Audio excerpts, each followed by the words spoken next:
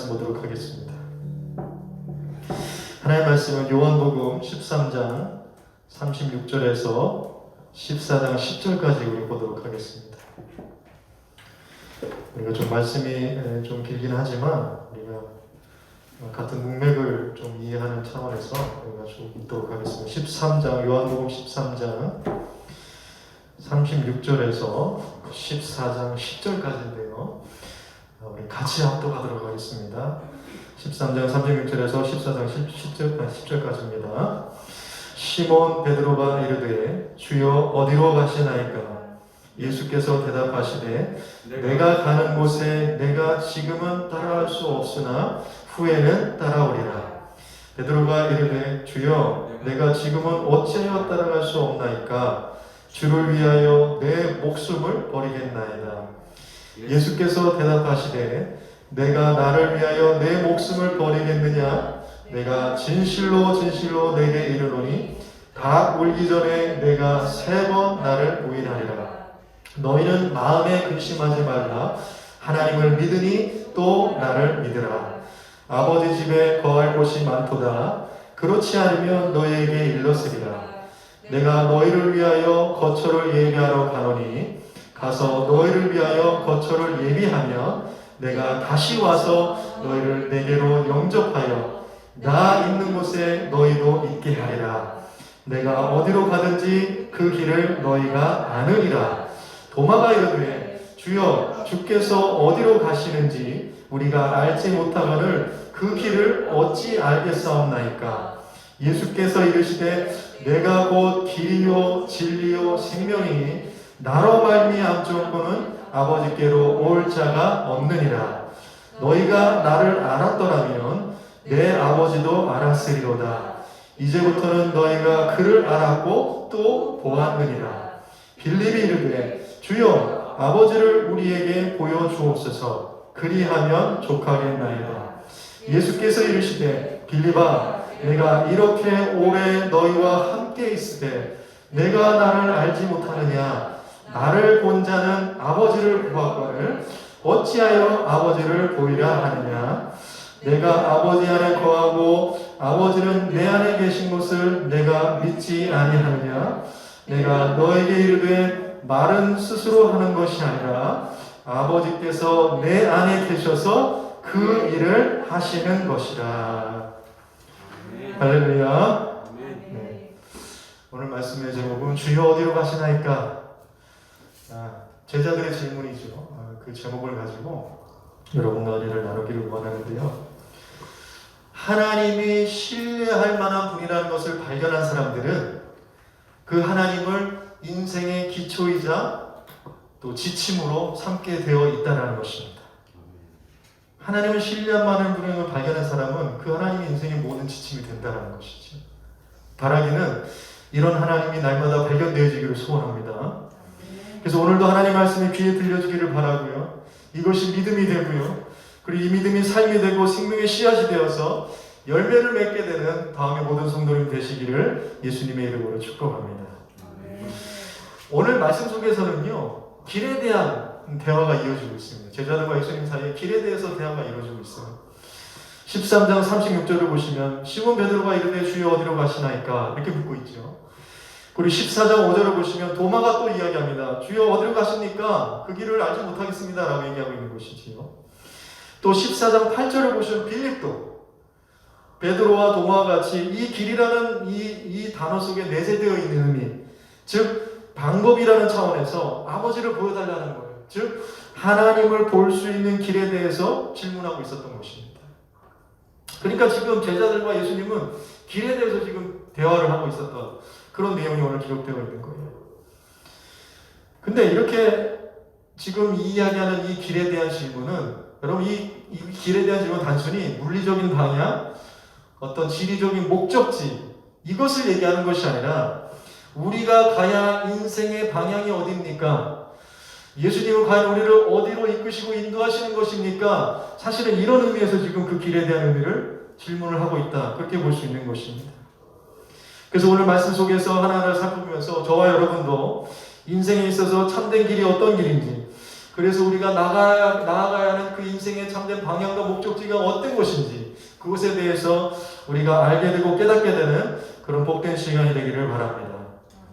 첫 번째 우리가 이 제자와 예수님과의 대화 속에서 이 길에 대한 대화 속에서 우리가 살펴봐야 될 첫 번째 길의 의미는 뭐냐면 십자가의 길이라는 거예요. 십자가의 길. 먼저 베드로가 예수님께 질문합니다. 예수님 어디로 가십니까? 물어보죠. 근데 이 질문을 앞에서 우리가 이전에 살펴봤듯이 예수님께서 서로 사랑하라 라는 세 계명을 주시잖아요. 그 세 계명을 주시면서 뭐라고 말씀하시냐면 지금은 너희들이 나의 가는 곳에 올 수 없다라고 말씀하세요. 지금은 너희들이 나의 가는 곳에 올 수 없다. 이 얘기를 하세요. 그러니까 지금 베드로는 서로 사랑하라 라는 세 계명을 지금 주시고는 계시는데 그 말에 더 집중하고 있기보다는 아니 예수님이 어디로 가시는데 내가 따라갈 수 없다고 말씀하시는 거지? 지금 거기에 더 집중하고 있었던 거예요. 그래서 베드로는 물어보는 겁니다. 그것이 궁금했던 거예요. 그래서 베드로는요 주여 어디로 가십니까? 라는 질문을 했던 것입니다. 그럼 우리는 어떻게 더 사랑해야 될까? 이걸 질문한 게 아니라 도대체 어디 가시는 데가 못 따라간다는 거예요. 지금 이게 지금 굉장히 궁금했던 거예요. 근데 여러분 지금 예수님이 말씀하신 이 길은 어떤 길을 얘기하고 있는 건가요? 십자가의 길을 얘기하고 있는 거예요. 제자들에게 계속해서 말씀해 주시죠. 내가 가는 길은 내가 예루살렘 들어가는 거는 십자가를 지려고 하는 거야. 죽으러 가는 길이야. 고난의 길이야. 계속해서 언지를 주십니다. 근데 제자들은 아직까지 깨닫지 못하고 있는 거예요. 제자들은요 유대인들과 마찬가지로 예수님이 가시는 길은 십자가의 길이고 고난의 길이라는 것을 아직도 깨닫지 못하고 알지 못했던 거예요. 그러니까 예수님께서 뭐라고 대답해 주시냐면 내가 가는 곳에 내가 지금은 따라올 수 없다라는 거예요. 그러나 후에는 가게 될 것이다. 이 말씀을 지금 해주시는 것이죠. 근데 이 대답은요 베드로를 또 궁금하게 만들어요. 어리둥절하게 알다가도 모를 일로 만들어버린 겁니다. 베드로는요 내가 당장 예수님을 따라갈 수 없다고? 이건 예수님이 나를 잘못 보신 거야. 나를 잘못 보셔도 한참 잘못 보신 거야. 나는 절대로 그럴 사람이 아닌데 예수님 저렇게 얘기하실까? 이런 식으로 지금 베드로를 생각했던 것 같아요. 그래서 37절 말씀이 나오는 거예요. 37절 보면 보시면 베드로가 이르되 주여 내가 지금은 어찌하여 따라갈 수 없습니까? 주를 위하여 내 목숨을 버리겠습니다. 이 얘기를 하는 겁니다. 무슨 말입니까? 예수님, 저는 예수님이 가는 길이라면 그곳이 어디든지 따라갈 수 있는 사람입니다. 심지어 그것이 목숨을 거는 길이라 해도 저는 예수님, 그 예수님 절대 배신하지 않고 끝까지 가는 사람, 그런 사람이 바로 접니다. 지금 그 얘기를 하고 있는 거예요. 여러분 한번 가만히 보면요 얼마나 멋있는 말입니까? 얼마나 가슴을 뜨겁게 하는 말이에요. 제가 만약에 그 당시 예수님이었다면 그 말을 딱 들었을 때 되게 막 마음이 뜨거웠을 것 같아요. 너무 감동적인 말이다. 그래 베드로야 그렇게 말해줘서 정말 고맙다. 너의 충성심이 정말 느껴지는구나. 뭐 이렇게 나와야지 훈훈한 대화가 이어지는 거 아닙니까? 그런데 예수님이 뭐라고 말씀하시냐면 이 훈훈함에 찬물을 끼얹으세요. 38절 말씀인데요. 예수께서 대답하시되 내가 나를 위하여 내 목숨을 버리겠느냐? 내가 진실로 내게 이르노니 다국일 전에 내가 3번 나를 부인하리라. 내가 진짜 거짓말을 하고 진짜 얘기하는데 너 나를 부인할 거야. 나를 위해서 목숨을 건다고? 아니 너 목숨 부지하기 위해서 나를 부인할 걸? 확실히 부인할 걸. 지금 이 얘기를 하고 있는 거예요. 그러니까 예수님은요 베드로가 호언장담하면서 목숨까지도 버리면서 예수님을 따라갔다는 이 결단이 곧 물거품이 되어지고 무너지게 될 것을 알고 계셨던 거예요. 여러분 물론 이 베드로 고백은 정말 의미 있고 너무나 귀한 고백입니다. 예수님 목숨까지라도 걸고 주를 따라가겠습니다. 이 고백이 얼마나 귀한 고백이에요. 이 고백이 나쁜 고백이 아니에요. 너무나 귀한 고백이에요. 분명 그 당시에는 진심이었을 겁니다. 그러나 예수님이 보실 때에는 십자가의 길은 단지 자신의 결단과 결정만으로 갈 수 있는 길이 아니다라는 거예요. 그것을 깨닫게 해주고 싶으셨던 거예요. 베드로가 미워가지고 거기서 무한 주려고 얘기하신 게 아니라 십자가의 길이라는 거는 너의 그 결단과 그 결정만 가지고는 갈 수 있는 길이 아니라는 거예요. 실제로 베드로는 보기 좋게 3번 부인하지 않습니까? 바로 무너지는 거잖아요. 그렇게 결단했던 사람인데. 그럼 우리가 질문이 생기죠. 그럼 도대체 어떻게 해야 그 십자가의 길을 따라갈 수 있는 것인가? 여러분, 예수님이 이전에 분명히 우리에게 말씀해 주셨습니다. 누구든지 나를 따라오려거든 누구를 부인하고요? 자기를 부인하라는 거예요. 자기를 부인하고 내 십자가를 지고 나를 따르라는 것입니다. 나를 부인하라는 거예요. 여러분, 예수님이 가신 십자가의 길은 자기 주장과 자기 결단으로 가는 길이 아니라 끊임없이 나를 부인하면서 가는 길이 예수님을 따라가는 십자가의 길이라는 거예요. 오늘 우리가 이것을 잘 생각해 봐야 됩니다. 오늘 교회 성도들 이것을 잘 생각해 봐야 돼요. 나를 주장하고 드러내면서 가는 길이 아니라 나를 끊임없이 부인하면서 가는 길이 십자가의 길이라는 것이죠. 여러분, 나를 부인한다는 것이 어떤 의미입니까? 주님이 기뻐하시지 않는 그런 자신을 위한 모든 계획, 영광, 만족, 능력, 자랑, 인기 이런 것들을 다 어디에 못 박으라는 거예요? 십자가에 못 박았다는 얘기입니다. 십자가에 못 박으라는 얘기예요. 그런데 이 못 박으면 우리가 스스로 할 수가 없어요.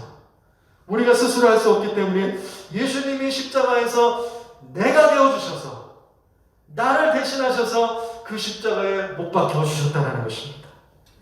그래서 예수님이 십자가에 못 박힌 사건은 나의 모든 자아뿐만 아니라 나의 모든 그 죄된 자아까지도 거기서 죽게 되는 사건이 되는 거예요. 여러분, 이것이 바로 은혜인 것입니다. 우리 스스로 못 박을 수 없던 이 모든 것들을 예수님 십자가 우리 내가 대신이 되어주셔서 그 십자가에 다 못 박으신 거예요. 그래서 이제 우리는 내가 주인이 되어서 사는 인생이 아니라 나를 주장하며 사는 인생이 아니라 오직 예수님만이 보여주신 생명과 은혜와 진리의 말씀으로 살아가는 복된 인생이 되는 것입니다. 여러분, 십자가의 길이 이제는 고난의 길이 아니라 영광의 길로 보이게 되는 순간인 것입니다. 이것이 바로 자기를 부인하고 따라가게 되는 십자가의 길인 거예요. 그러니까 주님 어디로 가시나니까 이 속에서 지금 이 베드로의 질문 쪽에서 예수님이 가르쳐주고 싶었던 것은 십자가의 길은 너의 결단과 그 장담만으로 갈 수 있는 길이 아니다. 지금 그 얘기를 해주고 싶으셨던 겁니다. 그래서 이제부터 우리는요, 바울의 고백과 같이요, 고린도후서 10장 4절에서 5절 말씀을 보면요, 이런 말씀이 있습니다. 싸움에 쓰는 우리의 무기는 육체의 무기가 아니라 하나님 앞에서 견고한 요새라도 무너뜨리는 강력한 무기입니다.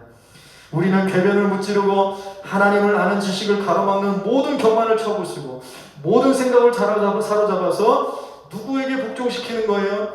그리스도께 복종하는 거예요. 그리스도께 복종하는 거예요. 여러분, 이런 바울의 고백이 오늘 우리 고백이 되기를 원합니다.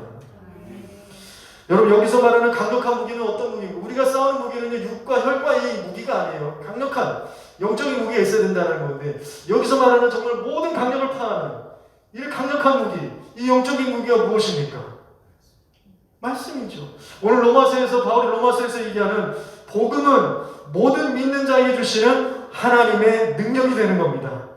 다시 한번 선포합니다. 복음은 모든 믿는 자에게 주시는 하나님의 능력이 되는 거예요. 모든 궤변을 무너뜨리고요, 모든 교만을 무너뜨리고요, 모든 생각을 사로잡아서 그리스도께 복종하게 한다는 거예요. 이것이 십자가의 길이라는 것입니다. 그러니까 생각해 보세요. 이게 쉬운 길입니까? 어려운 길입니까? 쉽지 않은 길이죠. 근데 예수님이 하신 말씀을 잘 보게 되면요, 36절 후반절 말씀을 다시 한번 보십시오. 36절 후반절 말씀 보시면, 내가 가는 곳에 내가 지금은 따라갈 수 없는데 후에는 따라오겠다라는 거잖아요. 이 시점을 나타내는 단어를 집중해 보십시오. 지금은 따라갈 수 없는데 후에는 따라오리라. 여기서 말하는 지금은 어떤 시점입니까? 예수님이 지금 십자가를 지시는 시점이에요. 이 시점에서 지금 제자들이 이해하지 못하고 믿지 못하고 있는 거예요. 그러니까 따라올 수 없지요. 예수님이 완성하신 후에. 그러나 후에는 따라오게 된다는 건데, 그럼 이 후에라는 시점은 어떤 시점을 얘기하고 있는 것일까? 어떤 시점을 얘기하고 있는 것일까? 여러분, 예수님이 부활하시고 제자들이 모여 함께 기도할 때 임하신 성령의 충만함이 있은 후에야, 그때서야 이 제자들은 주와 복음을 위해서 순교의 자리까지도 걸어가게 된다는 거예요. 그러니까 여기서 후회라는 것은 그 성령의, 오순절 성령의 충만함이 있은 후에 그 십자가에 가는 그 후회를 얘기하고 있다는 것입니다. 여러분, 어떻습니까? 자신을 부인하고 십자가를 지고 성령보다 앞서지 않으며 성령님과 함께 보조를 맞춰 동행할 때에 그때서야 우리는 십자가의 길을 가게 되는 거예요. 내 주장은 항상 실패할 수밖에 없어. 나의 결단은 항상 무너질 수밖에 없어. 그러나 이것이 성령으로 충만하게 될 때에 이 나의 결단과 의지까지도 성령이 인도하셔서 복이 되게 하신다는 것입니다. 날마다 모든 교만을 쳐부수고 모든 생각을 사로잡아서 그리스도께 복종시키며 가는 길이 바로 십자가의 길임을 기억하시기 바랍니다. 그렇지 않으면요, 우리에게 남는 것은 베드로의 장담만 남게 되는 거예요. 내가 목숨을 걸겠습니다 해놓고 도망가는 거죠. 이것만 남게 되는 거예요. 우리에게 성령의 충만함이 있을 때에 그때는요, 누가 시켜서가 아니라 그저 내가 가는 길이 십자가를 따라가야 되겠다는 거예요. 이런 성령 충만으로 십자가 길을 가게 되는 우리 모두 성도 되시기를 바랍니다. 그러니까 끊임없이 나를 주장하는 것이 신앙이 아니라 끊임없이 나를 부인하는 게 신앙이에요. 기독교의 신앙은 이것입니다. 교회와 성도들이 끊임없이 우리 걸 주장하는 게 교회와 성도의 모습이 아니라 끊임없이 나를 부인하고 하나님의 영광을 드러내는 것이 신앙인 것이죠. 그래서 마태복음 6장을 보시면요, 예수님은 끊임없이 자기 자신감이 넘쳐서 회당과 큰 거리에서 기도하는 바리새인들의 기도를 들으시는 것이 아니라 은밀한 골방에 들어가서 기도하는 그 은밀한 기도를 응답해 주신다. 그렇게 말씀해 주시는 거예요. 그렇게 말씀하시고 나서 가르쳐 주신 기도가 뭐냐면 주기도문인 것입니다. 중언부언하지 말고 이렇게 기도해라 가르쳐 주신 거예요. 그리고 누가복음 18장에서도요, 신앙의 자신감이 넘쳐나는 바리새인들의 기도가 아니라 감히 눈을 들어서 하늘을 쳐다보지도 못하고 다만 가슴을 치며 이르되 하나님 나를 불쌍히 여기소서 나는 죄인입니다 라고 기도하는 세리가 더 의인이다, 더 의롭다, 그렇게 선포해주고 계시는 것입니다. 그러니까 세리같이 의롭어지려면 그 상태 부정한 사람이 되라가 아니라 그 가운데서 온전하게 하나님 기뻐하시는 회복은 예수 그리스도에게 그 마음을 다하고 나가는 거라는 거예요. 그 회복이 예수 그리스도의 십자가의 길 안에 있다는 것입니다. 여러분 어떻습니까? 우리가 가야 하는 십자가의 길이 좀 보이십니까? 네. 이것이 깨달아지기를 소원해요. 사랑하는 성도 여러분, 오늘 우리에게 베드로와 같이 주님 가시는 곳에 나도 가겠습니다, 내가 목숨을 다해서 따라가겠습니다, 이런 결단이 있으십니까? 이런 고백이 있으십니까? 잘하셨습니다. 너무나 귀한 결단이고 고백입니다. 그러나 그것이 열매로 드러나기 위해서는 나를 장담하지 마시고 성령님을 의지하십시오. 말씀을 의지하십시오. 여러분의 자리에서 기도하시기를 바랍니다. 교회는요, 나를 장담하는 사람들이 모이는 것이 아니라 예수님을 자랑하고 그분만 의지하는 사람들이 모이는 곳이 교회인 것입니다. 이것이 바로 주여 어디로 가시나이까 라는 베드로의 질문에 대한 예수님의 대답이었던 거예요. 십자가의 길을 가려면 성령 충만해야 된다는 것이죠. 그리고 오늘 제자들의 대화 속에서 보게 되는 두 번째 길은 여러분 구원의 길입니다. 십자가의 길이 있으면요, 반드시 구원의 길이 따라오게 되어 있어요. 계속해서 예수님은 14장 1절 보시면 너희는 마음에 근심하지 말라, 하나님을 믿으니 또 나를 믿으라, 이렇게 말씀해 주고 계십니다. 여러분, 저와 여러분의 이 말씀이 여전히 오늘 우리에게도 능력과 힘이 되기를 소원합니다. 마음에 근심하지 말라라는 거예요. 마음에 근심하지 말라는 거예요. 여러분들 왜 예수님은 제자들에게 이런 얘기를 하셨을까요? 왜 마음에 근심하지 말라는 얘기를 하셨을까? 그 이유는요, 제자들이 머지않아서인지 예수님이 십자가에 달리시는 것을 보게 될 것인데 이것은 그들에게는 대단한 시험과 도전과 고통일 수밖에 없는 거예요. 굉장한 시험일 수밖에 없는 것입니다. 제자들이 그 광경을 보고서 절망할 수밖에 없는 그런 큰 시련의 때가 바로 목 앞에 다가오고 있으니까 그것 때문에 넘어지지 말고 흔들리지 말라는 거예요. 그것 때문에 근심하지 말라는 거예요. 용기를 가지고 대처하기를 그런 기대하는 마음으로 그런 것들이 닥쳐오더라도 절대 마음에 근심하지 말라, 이 말씀을 해주고 계셨던 거예요. 그러니까 베드로에게 너가 장담한 십자가의 길, 그거는 물거품이 될 수밖에 없어, 성령으로 먼저 충만해야 돼, 그 얘기를 해주신 다음에 그 십자가에 있다 하더라도 마음에 근심하지 말라는 거예요. 그 문맥 이해가 되시죠? 마음에 근심하지 말라는 것입니다. 이 말은요, 명령형이에요. 그러니까 근심하지 마, 언젠가는 좋은 때가 올 거야, 힘내, 잘 될 거야, 뭐 이런 위로 쪽도가 아니라 근심하면 안 돼, 근심하면 안 돼, 근심하지 마, 너희들 절대 근심하면 안 된다, 이렇게 단호하게 명령을 해주고 있는 말씀인 것입니다. 그런데 이 명령이요, 너무나 감사하고 신뢰가 할 수 있는 것은 이 명령을 주신 분이 바로 신실하신 분이시기 때문입니다. 근심하지 말라고 해놓고 믿을 수 없는 말을 내뱉는 것이 아니라 근심하지 말라고 내뱉어 주신 그 말씀은 우리에게 근심이 안 되게 하시겠다는 말씀이잖아요. 그것을 신뢰할 수 있는 분이 말씀해 주신 것이기 때문에 우리 너무나 감사한 거예요. 근데 이렇게까지 강력하게 말씀을 하고 있는 예수님의 마음이 이해가 되는 거예요. 왜 그렇습니까? 앞으로 있게 될 제자들의 삶에 닥쳐오는 그 충격의 여파들, 그 십자가의 길은요, 여러분 그렇게 간단히 위로하는 정도로는 그렇게 감당할 수 없는 길이기 때문에 단호하게 명령하십니다. 근심하면 안 돼. 근심하지 마. 여러분 오늘 이 말씀이 여러분에게도 들려지기를 원합니다. 십자가의 길은 만만치 않은 길이지만 그러나 근심하며 가는 길이 아니라는 거예요. 이게 이해가 되십니까? 십자가의 길은 고난과 고통의 길이지만 그러나 근심하며 가는 길이 아니라는 거예요. 여러분 이것이 깨달아지고 이것이 경험되어지면 우리는 어떤 상황 가운데서도 십자가의 길을 기쁨과 감사함으로 가게 된다는 것입니다. 이것이 우리 믿음의 신앙의 선배들의 십자가의 길을 가는 모습이었던 거예요. 여러분 여기서 근심이라는 것은요, 걱정되는 일로 괴로워하며 속 태우는 걸 말해요. 소위 지금 말로 얘기하면 속 시끄럽다는 얘기죠. 속 시끄럽다는 얘기예요. 원래 단어의 뜻은요, 감정적으로 이랬다 저랬다 갈팡질팡하는 상태를 말하는 겁니다. 그러니까 근심이 생기죠. 안에서 막 왔다 갔다 하니까. 그러니까 이것은 근심은 평안에 받는 말인 것입니다. 평안은 평안한 거예요. 그러니까 십자가의 길과 이 근심하지 말라는 게 이해가 되면 평안이 생기는 것이죠. 그래서 이 근심이라는 말은 신약에서는 주로 아픔과 고난, 내적인 갈등에 그걸 나타낼 때 쓰는 단어입니다.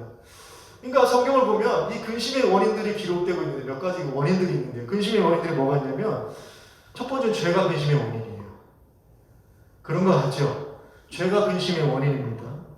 그리고 질병이 근심의 원인이에요. 그리고 우상 숭배가 근심의 원인입니다. 시편 16편 4절 말씀 보면 이런 말씀이 있어요. 다른 신에게 예물을 드리는 자는 뭐가 더할 것이라고요? 괴로움이 더할 것이라는 거예요. 우상을 숭배하면 그게 좋아 보이는 것 같고 뭐 풍성해 보이는 것 같은데 가만히 그 속을 들여다보면 근심이, 괴로움이 더하는 일이라는 거예요. 근심의 이유이지요. 그 다음에 고통과 고난이 근심의 이유입니다. 흉년이나 기근이 근심의 이유예요. 또 잠언을 보면 여러분 술 취함이 근심의 원인입니다. 술 취함은 재앙과 분쟁과 원망의 원인이 되는 것입니다. 그리고 또 누가복음 10장을 보면요, 많은 일이 또 근심의 이유예요. 그렇죠? 성경 너무나 정말 세밀하죠. 많은 일이 근심의 원인이라는 것이요. 그리고 디모데전서 6장 10절 말씀 이것을 보면은 돈이 근심의 원인이라는 거예요. 돈을 사랑함이 일만하게 뿌리가 되나니 이것을 탐내는 자들은 미혹을 받아 믿음에서 떠나 많은 근심으로써 자기를 찔렀도다. 그러니까 돈이 믿음을 떠나게 할 수도 있다는 거예요. 굉장한 말이죠.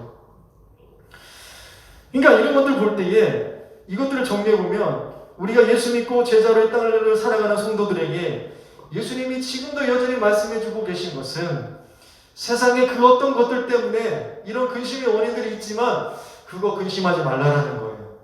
이 말은 그 근심의 이유가 되는 것을 그냥 벗어나지 말고 그냥 마음껏 즐겨라 이게 아니라 그 근심에서 돌이켜 회복해야 하시는 예수님을 다시 바라봐야 된다는 얘기를 하고 있는 거예요. 그것 때문에 흔들리지 말고 요동함 없이 예수님을 따르는 삶을 살아야 된다. 그 말씀을 해주고 있는 것입니다. 사랑하는 성도 여러분, 우리가 예수님의 제자로 살아간다는 것은요, 두려움도 없고 근심도 없고 걱정이 없는 삶을 산다는 말이 아니라요. 그런 것이 있음에도 불구하고 오히려 평안한 마음으로 흔들림 없이 하나님을 신뢰하는 결단으로 든든하게 자신의 삶에서 살아가는 것이 여러분 우리 그것이 바로 제자로서 사는 삶의 길이라는 것입니다. 왜 그렇습니까? 앞에서 말씀드렸듯이 하나님의 신뢰할 만한 분이라는 것을 발견한 사람들은 하나님이 우리 인생의 지침이 된다는 거예요. 그렇죠? 이걸 발견하기를 바라는 것이죠. 그래서 예수님은요, 제자들을 위해 거처를 준비하기 위해 자신이 떠나간다고 이어서 말씀해 주세요. 다시 와서 그들을 데려갔다고 말씀해 주십니다. 예수님은 죽으시고 부활하시고 승천하시며 성령을 보내주시고 다시 오실 때까지 기간이 좀 떠나가 있고 제자들과 잠시 떨어져 있겠지만 그러나 반드시 다시 만나게 되어 있다라는 거예요. 그곳에 제자들과 함께 하시겠다라고 이런 말씀을 지금 제자들이 해주시는 거예요. 먼 일까지 그 일까지 다 말씀해 주시는 것입니다. 여러분 무슨 말입니까? 결국에는 마음 편안하게 정착할 곳이 준비되어 있으니까 근심하지 말라는 거. 결국에는 그러니까 지금은 나그네 같고 타향살이 같아도 걱정 말라는 거예요. 하나님을 믿으니 또한 나를 믿으라는 거예요. 하나님을 알았으니까 또 나도 그럴까 알아 이게 아니라 하나님을 믿으니 또한 나를 믿으라는 거예요. 믿으라는 것입니다. 여러분 이것이 그 제자들에게 지금 당장 큰 위로가 안 되었을 거예요. 그렇죠. 지금 당장 큰 위로가 안 됐을 거예요. 그러나 그들이 예수님이 부활하시고 난 후에 세상에 복음을 증거할 때 얼마나 많은 고통과 십자가 길을 걸었겠습니까? 그 고통스러운 삶을 살아갈 때마다 이 약속의 말씀이 그들에게 큰 위로가 되었던 거예요. 내가 반드시 너희를 위해 준비하고 예비되었고 다시 데리러 온다라는 거예요. 만날 날이 있다라는 것입니다. 사랑하는 성도 여러분, 오늘 우리에게도 이것이 큰 위로가 되는 줄 믿습니다. 이 땅에서는 어떨지는 몰라도 아버지 집에는 거할 곳이 많다라는 거예요. 아버지 집에는 거할 곳이 많다라는 거예요. 나그네의 정체성을 다시 한번 기억해 보십시오. 우리의 본향은 따로 있습니다. 우리의 본향은 따로 있어요. 여기가 아니잖아요. 여기 시민으로 살아가고 여기에 속한 사람들로 살아가지만 그 의무와 그 모든 것들을 다 하지만 그러나 우리 고향은 여기가 아니에요. 따로 있지 않습니까? 그 아버지 집으로 돌아갈 날이 반드시 있다는 것을 기억하시고 그날을 소망하며 오늘을 힘있게 살아갈 수 있게 되기를 바랍니다. 이것이 바로 우리가 걸어가는 구원의 길인 거예요. 이게 구원의 길입니다. 여러분 십자가의 길이 마음에 근심이 되지 않는 이유는 이 길이 결국에는 구원과 영광의 길이 되기 때문인 것입니다. 우리는 이 두 가지 길을 동시에 가고 있는 거예요. 사랑하는 성도 여러분, 여러 가지 어려움을 당할 때에 심지어 하나님이 계신 것 같지 않은 그런 상황 속에서도 우리가 붙들어야 하는 것은 결국 그분에 대한 전적인 신뢰일 것입니다. 참된 믿음의 증거는 우리가 예수님으로부터 결코 떨어져 나가지 않는 삶의 자리임을 잊지 마시기 바랍니다. 그런데도 4장 5절에서 도마가 또 물어보죠. 주여 주께서 어디로 가시는지 우리가 아직 알지 못하거늘 그 길을 어찌 알겠사옵나이까. 계속해서 길을 얘기하는데 내가 어떻게 알겠냐는 거야 도마가. 그러면서 주여 어디로 가시나이까라는 질문과 동일한 질문을 하고 있는 건데요. 이 질문에 대한 예수님의 대답은 너무나 명쾌한 대답. 우리가 너무나도 잘 아는 말씀. 오늘 14장 6절 말씀이죠. 예수께서 이르시되 내가 곧 길이요 진리요 생명이니 나로 말미암지 않고는 아버지께로 올 자가 없느니라. 이 번역에는요 정가사가 빠진 거예요. 더가 빠져있는 거예요. 그것을 넣어서 번역을 해보니 하나님은 곧 그 길이고 그 진리이고 그 생명이라는 거예요. 다른 거 많은 것 중에 그게 아니라 유일하신 분이라는 것입니다. 그게 무슨 말입니까? 아직도 잘 모르겠거든. 도마야 아직도 잘 모르겠거든. 다른 거 없다. 예수 잘 믿어라. 그러면 그것이 길이고 진리이고 생명이 되어서 하나님 앞에 서게 되는 구원의 길이다. 그 얘기를 또 해주신 거예요. 여러분 이것을요 문법적으로 중언법이라고. 중언법은 뭐냐면 어려운 말이지 그렇지만 두 가지 단어 이상을 써가지고 하나의 개념을 표현하는 거예요. 중언, 그죠? 여러 가지 단어를 쓰는데 하나의 개념을 하기 위해서 여러 가지 단어를 이렇게 강조해서 표현하는 걸 중언법이라고 하는데요. 그러니까 내가 곧 길이요 진리요 생명이라는 말씀은 뭐냐면 생명에 이르는 유일하고 참된 구원의 길이 되시는 분이 누구신가? 예수님이시다. 이거를 강조하면서 표현하고 있는 것이 내가 그 길이고 그 진리이고 그 생명이라는 말씀입니다. 그러니까 이 예수님을 통하지 않고서는 아버지께로 갈 수가 없다는 거예요. 그렇죠. 오늘 이것이 오늘 우리 시대 가운데 선포되어져 있는 중요한 복음인 줄 믿습니다. 그러니까요 우리가 예수님이 보여주신 구원의 길은 아는 정도로만 갈 수 있는 길이 아니에요. 믿을 때 갈 수 있는 길인 것입니다. 믿을 때 갈 수 있는 길이에요. 그러니까 하나님을 믿으니 또 나를 믿으라는 거예요. 또 나를 믿으라는 거예요. 여러분 이렇게 얘기해 주시는 분이 사실은 역사 가운데 없습니다. 제가 볼 때 예수님이 정말 유일한 구원의 길이라는 걸 오늘 이 말씀 속에서 분명히 보게 되는 거예요. 또 나를 믿으라는 것이지. 그렇다면 무엇을 믿으라는 건가? 히브리서 1장 1절에서 3절 말씀 보면서 우리가 이야기를 해보기를 원하는데요. 히브리서 1장 1절에서 2절까지 말씀 읽어보면 옛적의 선지자들을 통하여 여러 부분과 여러 모양으로 우리 조상들에게 말씀하신 하나님이 이 모든 날 마지막에는 누구를 통하여요? 아들을 통하여 우리에게 말씀하셨으니 이 아들을 만유의 상속자로 세우시고 또 그로 말미암아 모든 세계를 지으셨느니라. 이렇게 말씀해주고 계십니다. 여기서 여러 부분과 여러 모양으로 하나님께서 예전에 말씀해 주셨다는 거잖아요. 이것은 무슨 얘기를 하는 거냐면 하나님의 계시의 다양성을 얘기하고 있는 거예요. 여러 모양과 여러 모습으로 다양하게 예전에 말씀해 주셨다는 것이죠. 그런데 그런 다양한 방식의 결정판이 있다는 거예요. 모든 것이 썸업되는, 모아지는 것이 있는데 그게 누구신가? 아들을 통해서, 예수 그리스도를 통해서 하시는 말씀이라는 겁니다. 무슨 말입니까? 예수님을 통해서 하나님의 모든 계시가 완전히 완성되었다는 거예요. 완성되었다는 것이죠. 그러면서 이어지는 말씀이 3절 말씀인데 3절 말씀 잘 보십시오. 이는, 그러니까 예수님을 얘기하는 거죠. 하나님의 영광의 광채시요 그 본체의 형상이라는 거예요. 여기서 형상이라는 말은요, 정확한 표현, 정밀한 재현, 그러니까 겉모습만이 아니라 그 본질의 속성까지 다 그대로 빼닮은, 똑 빼닮은 그런 뜻이거든요. 그러니까 예수 그리스도께서 정확하게 재현하고 있는 대상이 누구신가? 하나님이라는 거예요.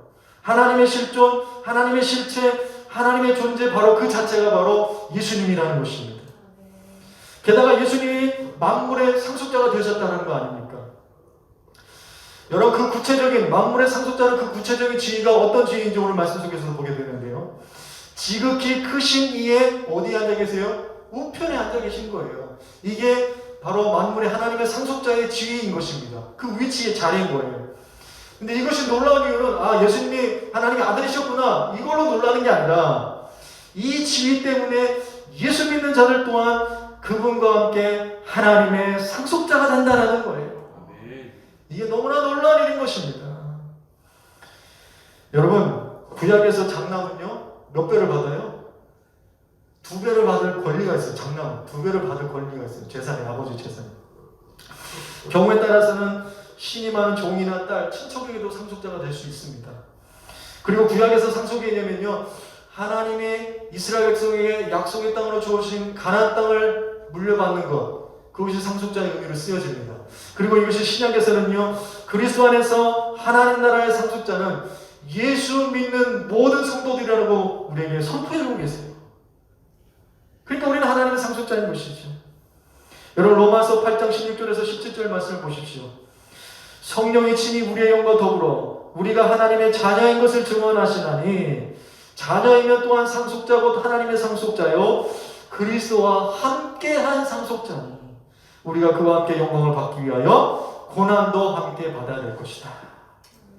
십자가의 길과 영광의 길은요 동전의 양면인 거예요. 같이 가는 겁니다. 근데 그것이요 그리스도와 함께하는 상속자가 되는 길이라는 것이죠. 여러분 어떻습니까? 이것을 믿으며 가는 길이 구원의 길이에요.